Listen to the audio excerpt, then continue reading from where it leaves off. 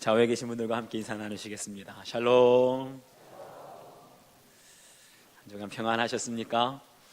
저는 성도님들 기도해 주신 덕분에 하나님의 은혜 가운데 종교개혁 성지순례를 잘 다녀왔습니다. 우리 잠깐 기도하고 하나님 말씀 받겠습니다. 아버지 하나님, 참으로 고맙고 감사합니다. 하나님 사랑하시는 주의 백성들을 주의 전으로 불러주시고 또 말씀의 자리에 겸손하게 엎드리게 하시니 감사합니다. 저들 마음을 낮추어 하나님의 말씀을 겸손하게 받기 원하오니 이 시간 임재하여 주시고 주의 백성들에게 말씀하여 주시옵소서. 살아계신 하나님, 성령을 통하여 우리에게 말씀하실 때 십자가에 못 박히신 예수 그리스도의 그 피 묻은 복음을 주의 백성들이 말씀을 통하여 경험케 하여 주시고 이 말씀을 통하여 주님을 인격적으로 만나는 은혜로운 시간이 될 수 있도록 역사하여 주시옵소서. 감사드리며 예수 그리스도의 이름 받들어 기도하옵나이다. 아멘. 할렐루야. 저희들은 작년에 성전을 건축하면서 느헤미야의 말씀을 한 7번에 걸쳐서 살펴보았습니다. 특별히 회복이라는 주제로 우리가 예루살렘 성벽을 건축하면서 우리에게 무너진 것이 무엇일까? 우리가 다시 한번 회복해야 될 것이 무엇일까? 느헤미야의 말씀을 통해서 은혜를 나눴는데요. 이제 오늘부터 저희들은 다시 한번 작년에 살펴본 말씀의 뒷부분에 예루살렘 성벽이 다 재건되고 나서부터 과연 느헤미야를 통해서 이스라엘 백성들에게 주시는 비전이 무엇인가? 성벽을 건축하는 것이 중요한 것이 아니라 성벽을 다 재건한 뒤에 과연 이스라엘 민족의 믿음의 공동체가 나가야 할 비전이 무엇인가를 느헤미야를 통해서 다시 한번 듣기를 원합니다. 그래서 오늘 말씀을 통해서 이제 새 성전을 저희들에게 허락해 주셨는데 이 새 성전을 건축하고 나서 우리가 앞으로 이 성전을 통해 나아가야 할, 바라보아야 할 믿음의 비전이 과연 무엇인가 말씀을 통해 발견하기를 원합니다. 그래서 오늘 주신 말씀을 통해서 말씀 위에 굳게 세워지는 교회라는 제목으로 함께 은혜를 나누겠습니다. 첫 번째 살펴볼 것은 말씀에 대한 영적 목마름이 있는 교회의 모습입니다. 우리 1절 말씀을 다 같이 함께 읽겠습니다. 1절 시작.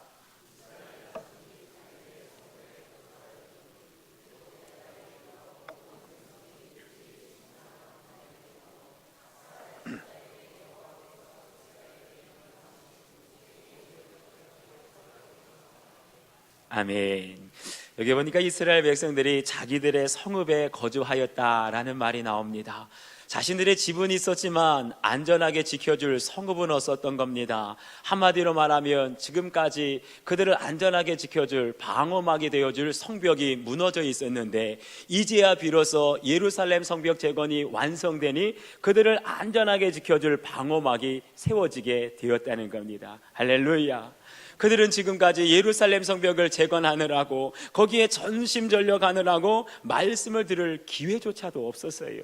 거기다가 산발라, 도비아 같은 적들이 시시때때로 공격을 할 것이라고 이스라엘 백성들 남김없이 다 죽을 것이라고 위협합니다. 몸은 몸대로 지쳐가지요. 마음은 늘 불안에 떨기 때문에 마음 편히 있을 수가 없었습니다. 그러기를 52일 동안 하나님의 은혜 가운데 예루살렘 성벽이 무너졌던 성벽이 다 완성되어지는 것을 보는 순간 이스라엘 백성들이 지금까지 속으로 꾹꾹 눌러왔던 하나님의 말씀에 대한 그 갈급함이 마치 봇물 터지듯이 터져 나오는 거예요. 할렐루야.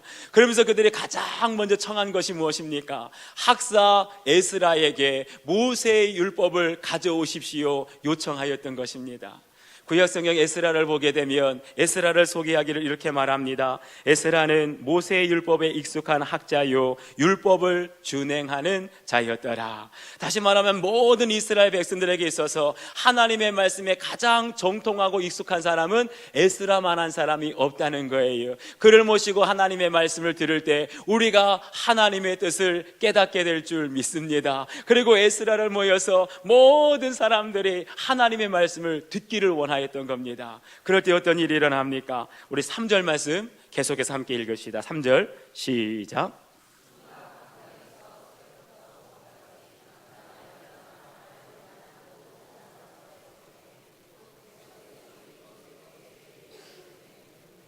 아멘. 이스라엘 백성들이 얼마나 하나님의 말씀에 대해서 목마르고 갈급했는지 에스라가 수문학 강장에서 하나님의 말씀을 읽기를 새벽부터 정오까지 읽었다 그랬어요.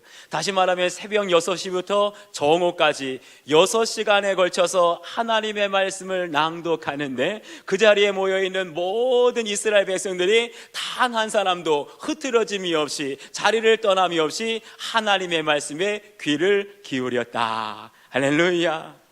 우리에게도 이런 은혜가 있기를 축원합니다.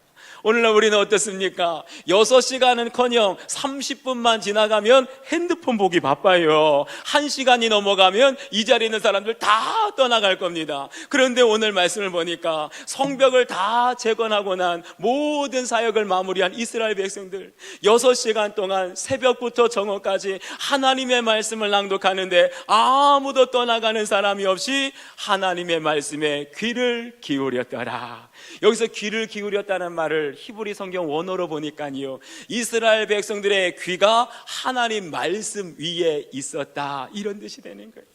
하나님의 말씀에 몰입했다는 것 아닙니까? 이보다 더 집중할 수는 없을 것입니다. 얼마나 하나님의 말씀이 목말랐는지, 지금까지 육신적으로 고생하고 마음고생하고 어디에서도 위로받을 수 없었는데 우리의 공허한 마음을 채울 수 있는 것은 하나님의 말씀밖에 없습니다. 하나님의 말씀만이 우리의 공허한 심령을 채워주실 수 있습니다. 그러니까 새벽부터 정오까지 말씀을 낭독하는데 6시간, 7시간 하루 종일이 걸리더라도 떠나갈 줄을 모르는 거예요. 사랑하는 여러분, 우리 가운데도 이와 같이 하나님의 말씀에 대해서 목말라하고 하나님의 말씀을 간절히 사모하는 그 갈급함이 있게 되기를 주의 이름으로 축원합니다. 이 모습을 가만 묵상하니까 한 2년여 동안 성전 건축하느라고 너무나 수고한 우리 수인중앙교회 성도들의 모습이 떠오르는 거예요.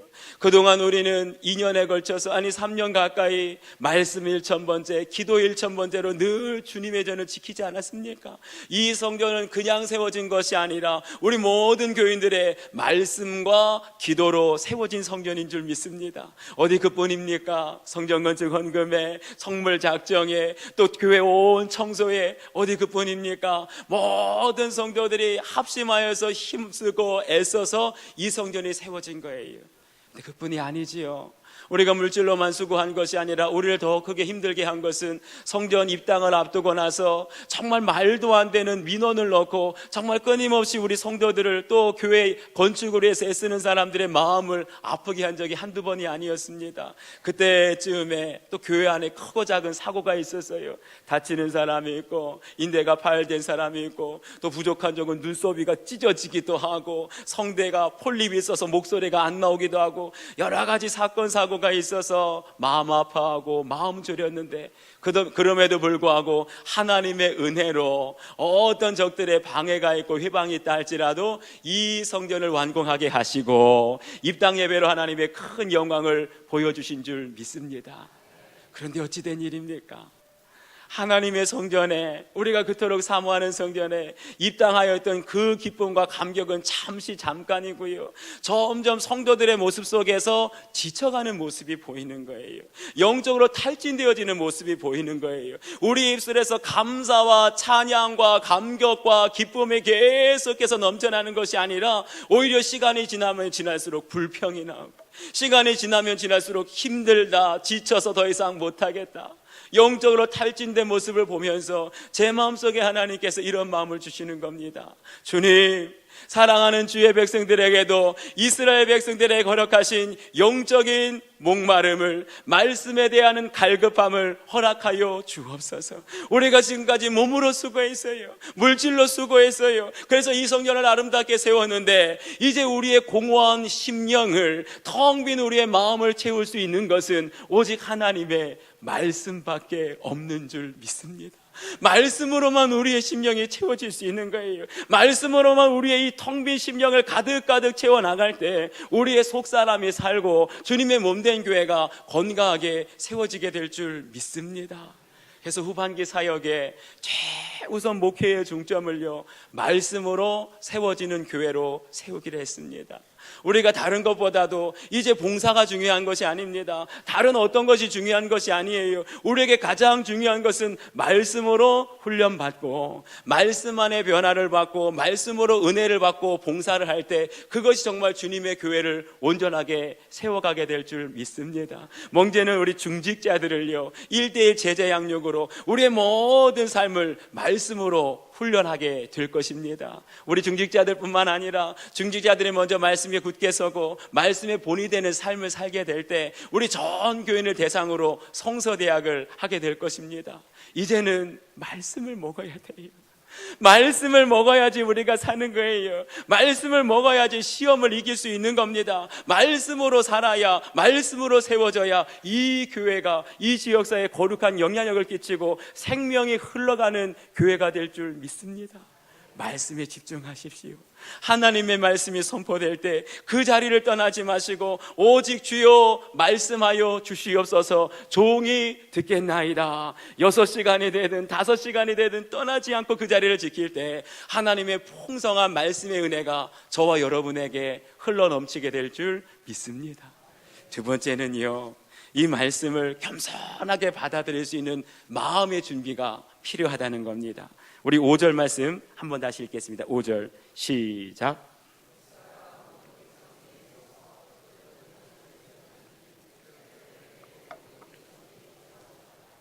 아멘. 여기 말씀을 보면 에스라가 하나님의 말씀, 율법의 책을 펼쳐들게 됩니다. 하나님의 말씀을 아직 읽지도 않았어요. 하나님의 말씀을 아직 설교하지도 않았습니다. 에스라가 율법의 말씀을 펼쳤을 뿐인데 그 자리에는 모든 이스라엘 백성들이 자리에서 일어났다는 거예요.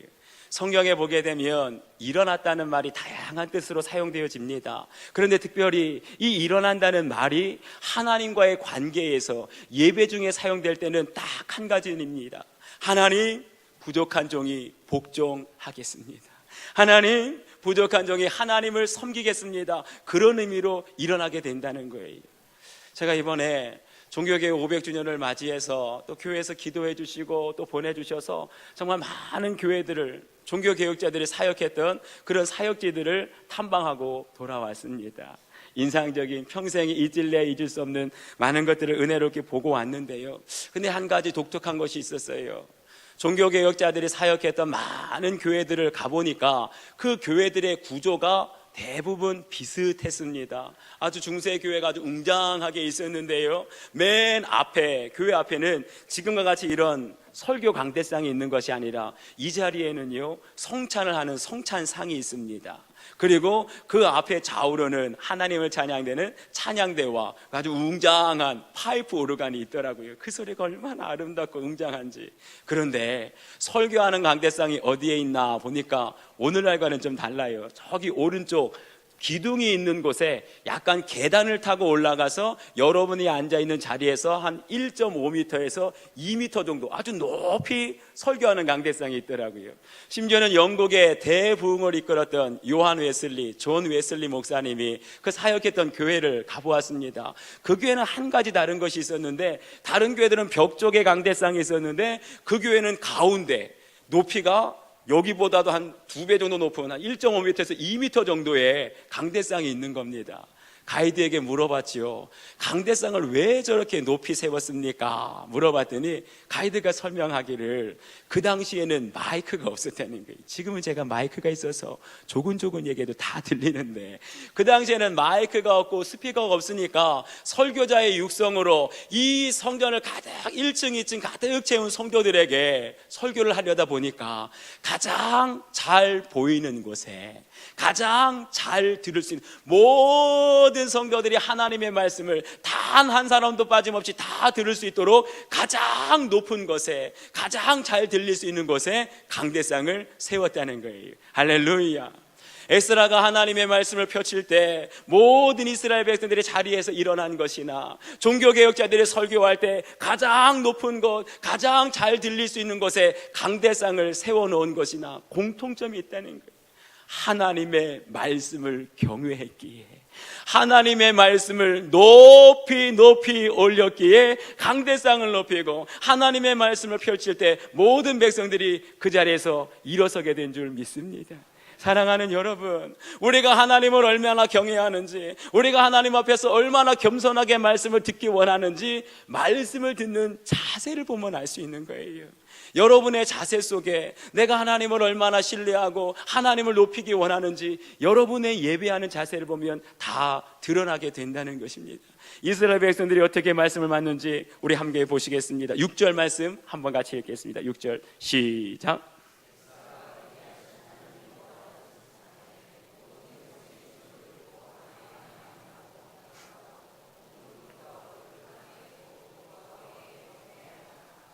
아멘. 여기에 보면 이스라엘 백성들이 하나님의 말씀을 받는 아주 겸손하고 순전한 자세를 볼 수 있어요. 에스라가 위대하신 하나님 여호와를 송축하니까 모든 백성들이 어떻게 했다고요? 두 손을 들었다는 거예요. 아멘, 아멘 화답했다는 겁니다. 할렐루야. 오늘날 어떤 분들은요, 예배 중에 우리 젊은 청년들이 두 손을 들고 찬양하면 경박하다 그럽니다. 하나님을 점잖게 찬양하고 점잖게 예배해야지 무슨 두 손을 들고 자리에서 일어나서 찬양하냐고. 그건 오해입니다.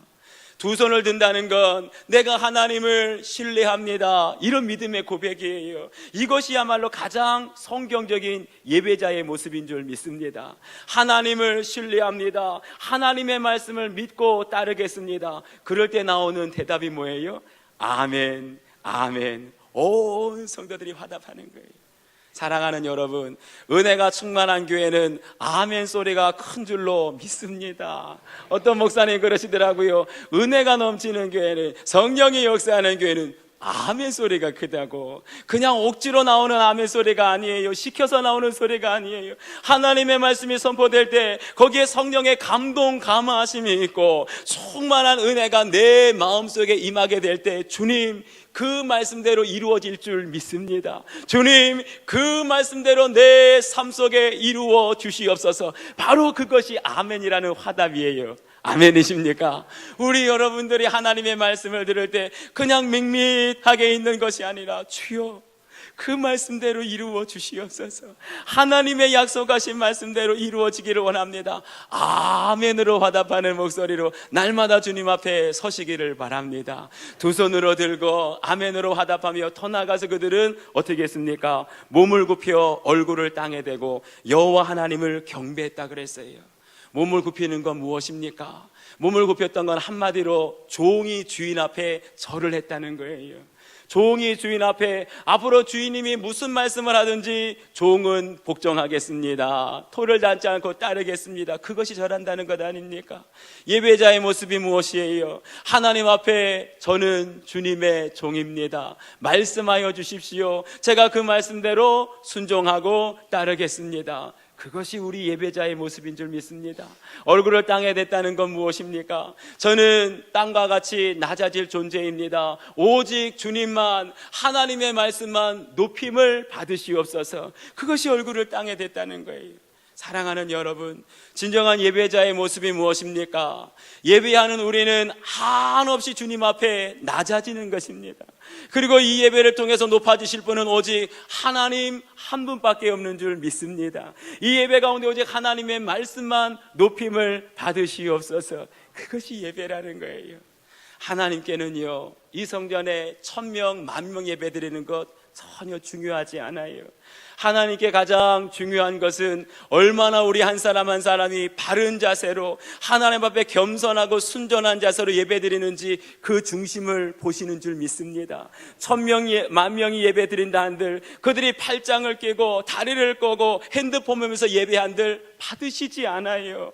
우리 중에 단 한 사람 10명이 예배를 드린다 할지라도 예배 가운데 자신의 마음을 찢고 통회하고 자복하며 주님 앞에 자신을 땅바닥에 얼굴을 대는 것처럼 가장 낮은 모습으로, 가장 겸손한 모습으로 예배할 때 바로 그 예배를 하나님께서 받으실 줄 믿습니다. 사랑하는 여러분, 이 새 성전을 통해서 먼저 회복되어야 될 것은 예배하는 우리의 자세가 회복되어져야 할 줄 믿습니다. 외형적으로만 커지는 교회 하나님께서 기뻐하지 않으세요. 사람들만 많이 모이는 교회 하나님께서 기뻐하시는 교회 아닙니다. 하나님께서 정말 기뻐하시는 교회, 하나님께서 정말 기뻐하시는 예배는 우리 한 사람 한 사람이 예배를 드릴 때마다 마음을 찢고, 우리 한 사람 한 사람이 예배를 드릴 때마다 가장 겸손한 마음으로 우리의 마음을 낮춰 주님 앞에 예배할 때 그 예배 가운데 성삼위 하나님이 임재하시고 우리 가운데 말씀하시고 그 말씀 가운데 아멘으로 화답하는 놀라운 역사가 나타나게 될 줄 믿습니다. 그런 예배를 통해서 주님 앞에 날마다 엎드릴 때 하나님께서 우리의 예배 가운데 영광을 나타내 주시고 진정한 예배가 회복되는 교회로 세워주실 줄 믿습니다. 마지막 세 번째는요, 말씀을 듣고 깨닫는 은혜가 우리 가운데 있어야 한다는 말입니다. 우리 8절 말씀 한번 다시 읽겠습니다. 8절 시작.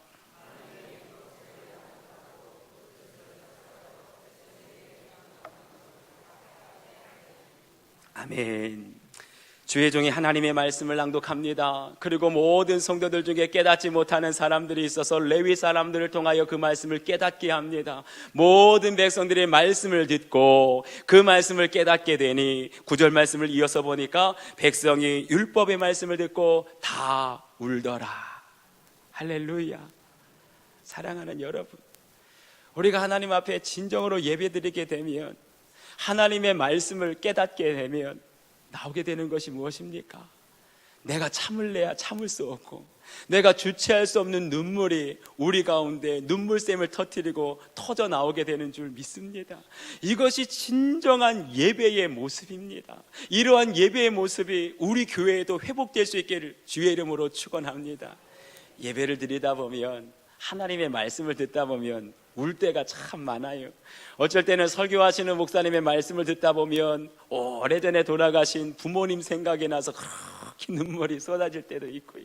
어쩔 때는 말씀을 듣다 보면 옛날에 나를 속상하게 하고 내 마음을 아프게 했던, 내 돈을 떼먹고 도망간 그 사람이 생각이 나서 억울하고 속상해서 눈물 날 때도 있고요. 어쩔 때는 옛날에 사랑했던 애인이 떠나가가지고 헤어져가지고 그냥 억울하고 속상하고 그리워서 눈물 날 때도 있습니다. 그런데 오늘 말씀 보니까 이스라엘 백성들은 그런 것 때문에, 돈 떼먹은 것 때문에, 부모님 생각 때문에 눈물 흘린 것이 아니라 하나님의 말씀을 듣고 깨닫게 되니 모든 이스라엘 백성들이 울더라. 할렐루야.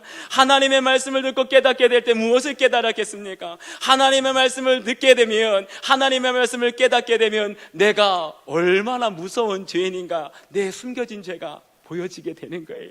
지금까지 내가 얼마나 하나님 말씀에 불순종하며 하나님을 떠나서 비참하게 살아왔는지, 나름대로 나는 행복하다고, 나름대로 나는 잘 살아왔다고 생각했는데 하나님의 말씀이 내 속사람을 비추게 되면, 하나님의 말씀이 내 인생을 비추게 되면 내가 얼마나 처량한지를 깨닫게 되는 거예요. 그때서야 비로소 회개하며 참회하는 통곡의 눈물이 터져 나오게 되는 줄 믿습니다. 사랑하는 여러분, 여러분들은 언제 이런 눈물을 흘려보셨습니까? 10년 전입니까? 20년 전입니까? 간절히 바라는 것은 우리 교회가, 우리 예배가 매 순간순간 하나님의 말씀을 들을 때마다 그 말씀을 깨닫게 되는 은혜가 여러분 가운데 있게 되기를 축원합니다. 그 말씀이 내 말씀이 되고 그 말씀이 나에게 주시는 말씀이 될 때 내 양심을 찌르고 내 속사람의 심장 빼부를 찔러 쪼갤 때, 그럴 때 우리는 주체할 수 없는 눈물을 통하여서 하나님에게 하나님 앞에 진정 정결한 마음으로 나아가게 되는 줄 믿습니다. 그런 사람에게 베푸시는 은혜가 있어요. 우리 10절 말씀 다 같이 읽겠습니다. 10절 시작.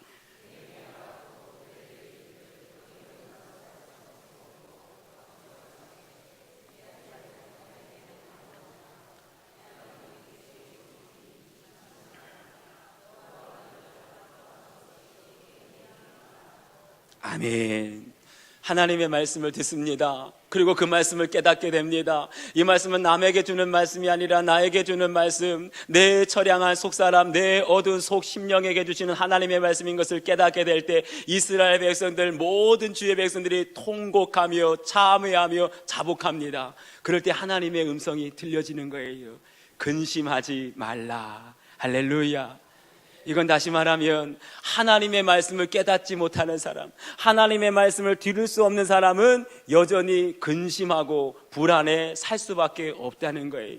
내가 비록 죄 가운데 살지만 그걸 깨닫지 못할 때는 죄 지는 것이 기쁘게 느껴질 때가 있습니다. 하나님을 알지 못하고 말씀을 깨닫지 못할 때는 죄 짓는 것이 행복인 줄 알고 착각할 때가 있어요. 그런데 그 속심령에는 언제나 불안함과 두려움과 근심이 있다는 거예요. 이 모든 것으로부터 우리가 해방되는 건 언제입니까? 하나님의 말씀을 깨닫고 그 말씀 앞에 통회하며 자복할 때 하나님의 음성이 들려지는 거예요. 근심하지 말라. 여호와로 인하여 기뻐하는 것이 너희의 힘이니라. 여호와로 인하여 기뻐하는 것이 너희의 힘이니라. 할렐루야. 여기 우리가 주목할 말씀이 있어요. 우리가 기뻐하는 힘의 근원이 어디에 있습니까? 로또 복권 당첨된 것이 우리의 힘의 근원이 아니라는 거예요. 우리가 주식이 대박이 나고 아파트 값이 1억 이상 올라가고 자식들이 명문대 대그룹에 취직하는 것, 이것이 우리의 기쁨의 근원이 되는 것이 아니라 우리 믿는 모든 하나님 백성들의 기쁨의 근원은 여호와로 인하여 기뻐하는 것이 우리의 힘이 되는 줄 믿으시기 바랍니다. 할렐루야. 하나님의 말씀을 듣고 그 말씀을 깨닫는 자, 죄악 가운데 돌이키고 어둠 가운데 벗어난 자에게 진정으로 여호와로 인하여 기뻐하는 것이 힘이 되어지는 줄 믿습니다. 이번에 종교개혁 500주년을 맞이해서 많은 사역지들을, 많은 교회를 탐방하고 돌아왔는데 그 중에서 유난히 제 마음속에 아주 인상적으로 아직까지도 기억이 생생한 교회가 한 군데 있습니다. 바로 종교개혁에 불을 지폈던 루터가 사역했던 교회를 가보니까 루터가 아주 열정적으로 설교하는 그 장면을 그림으로 그려놓은 것이 한 군데 있었어요. 루터에게 아주 소중한 친구가 한 명 있었는데 루카스 크라나흐라고, 이 사람이 루터의 모든 초상화를 그리고 설교하는 장면을 그렸어요. 그런데 그 그림을 자세히 보니까 루터가 열정적으로 설교하고 성도들이, 여기 있는 성도들이 다 설교를 듣고 있는데 그 가운데 누가 서 계시냐 하면 십자가에 못 박히신 예수님이 서 계신 거예요. 예수님은 이미 1517년 전에 돌아가셨는데 1517년에 설교하는 루터, 그리고 그 예배당 가운데 성도들이 다 있는 가운데 십자가에 달리신 예수님이 계시는 겁니다. 그것이 무슨 의미일까? 제가 가만 그림을 살펴보니까 설교를 듣고 있는 모든 회중들이요, 루터를 바라보는 것이 아니라 그 중간에 십자가에 못 박혀 계신 예수님을 뚫어지게 바라보고 있는 겁니다. 그림의 의미가 궁금해서 가이드에게 물어봤습니다. 이 그림이 무슨 뜻입니까? 물어봤더니 두 가지 의미가 담겨져 있다는 거예요. 첫 번째, 종교개혁자 루터는 그 설교에서 오직 한 가지, 우리의 죄를 위해서 십자가에 못 박히신 예수 그리스도 외에는 아무것도 전하지 않았다는 겁니다.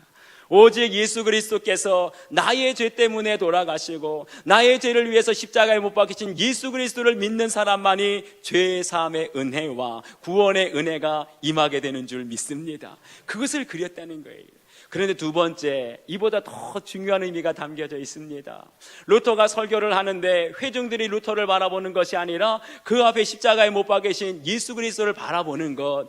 루터가 설교할 때 모든 성도들은 루터의 설교를, 하나님의 말씀을 귀로만 들은 것이 아니라 루터가 설교할 때 십자가에 못 박히신 예수님이 모든 성도들의 심령 가운데 경험되어졌다는 거예요. 할렐루야. 귀로만 말씀을 듣는 것이 아니라 하나님의 말씀을 들을 때에 하나님의 말씀이 내 인격에 경험이 되어지고 십자가에 못 박히신 예수님이 내 안에 경험될 때, 그럴 때 비로소 하나님의 말씀을 깨닫게 되어지는 줄 믿습니다. 그 그림을 보면서 부족한 종에게 기도가 나왔어요. 하나님 아버지, 저에게도, 저는 한없이 작고 지극히 부족한 종이지만 저에게도 루터와 같은 영성을 허락하여 주시옵소서. 하나님의 말씀을 선포할 때에 주의 백성들이 십자가에 못 박히신 주님을 경험하게 하옵소서. 주의 말씀이 선포될 때에 주님을 인격적으로 만나게 하여 주시옵소서. 그럴 때 여러분들은 저를 인간적으로 바라보는 것이 아니라 하나님의 말씀이 선포될 때 우리 가운데 함께 하시고 우리 가운데 말씀하시고 우리를 위해서 십자가에 못 박히신 예수 그리스도를 여러분 각자가 만나고 경험하게 될 줄 믿습니다. 그럴 때 진정한 기쁨이 있는 거예요. 슬픔과 근심과 걱정이 떠나가게 되고 여호와로 인하여 기뻐하는 것이 너희의 힘이니라. 할렐루야. 사랑하는 여러분, 우리가 지금까지 정말 수고하고 애써서 이 성전을 이렇게 아름답게 지었습니다. 하나님께 마음껏 찬양하고 마음껏 기도하고 마음껏 예배할 수 있는 아름다운 예배당 처소를 이제 지었습니다. 그런데 이게 끝이 아니라는 거예요. 하나님은 이제 시작이라고 말씀하십니다. 이제 겉으로 외형적인 것을 완성하였으니 이제 내면적으로 본질적인 것, 예배가 회복되고 말씀으로 주님의 전을 채워야 할 줄 믿습니다. 말씀을 사모하십시오. 말씀을 먹어야 삽니다. 오직 말씀으로 주님의 교회를 세우고 말씀으로 우리의 영성을 세워나갈 때 말씀으로 세워진 우리 주님의 교회 수인중앙교회를 통해서 이 땅에 진정한 부흥의 역사를 일으켜 주실 줄 믿습니다. 우리 주신 말씀을 기억하면서 함께 기도하겠습니다. 하나님, 우리가 정말 많이 지쳐 있습니다. 우리가 수고하고 많은 것으로 봉사하고 많은 것으로 애썼지만 우리의 심령이 텅 비어 있습니다. 주여 말씀하여 주시옵소서. 우리의 목마른 심령에 생명의 말씀을 주시고 풍성한 약속의 말씀을 주시고 능력의 말씀을 주셔서 우리의 심령을 고쳐주시고 주님의 몸된 교회가 말씀 위에 굳게 세워지게 하여 주옵소서.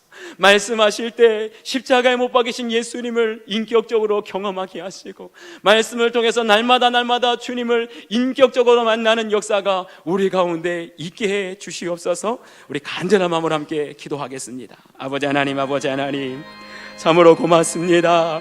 참으로 고맙습니다. 우리에게 큰 은혜 주셔서 이렇게 아름다운 성전을 건축하고 이렇게 아름다운 성전에서 예배하게 하시니 감사합니다. 지금까지 수고하고 지금까지 성전 건축에 축복 충성을 다한 주의 백성들에게 이제 말씀하여 주시옵소서. 말씀의 은혜로 우리의 심령을 채우기를 원합니다. 말씀의 은혜로 우리의 공허한 심령을 채우기를 원합니다. 주여, 주님의 교회가 말씀 위에 든든하게 세워지는 교회가 되게 하시고 주님의 교회가 예배를 통하여서 말씀을 깨닫게 하시며 깨닫는 자마다 통회하고 자복하며 자복하는 심령들마다 주님을 인격적으로 만나게 하여 주시어서 여호와로 인하여 기뻐하는 것이 너희의 힘이니라. 여호와로 인하여 기뻐하는 것이 너희의 힘이니라. 이 말씀이 우리 가운데 경험되어질 수 있도록 도와주시옵소서.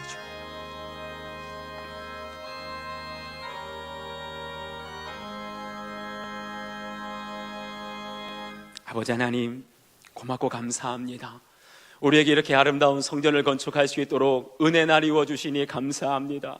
지금까지 이 성전 건축을 위해서 수고하고 잠 못 이루며 물질로 기도로 또 말씀으로 충성을 다한 주의 백성들에게 이제 말씀하여 주시옵소서. 우리가 말씀을 먹기를 원합니다. 말씀으로 우리의 공허한 심령을 채우기를 원합니다. 말씀으로 주님의 교회가 견고하게 세워지기를 원합니다. 말씀을 깨닫는 은혜를 주시고 말씀을 통하여 날마다 기쁨이 넘쳐나고 은혜가 넘쳐나는 주님의 교회가 될 수 있도록 역사하여 주시옵소서. 감사드리고 예수 그리스도의 이름으로 기도하옵나이다.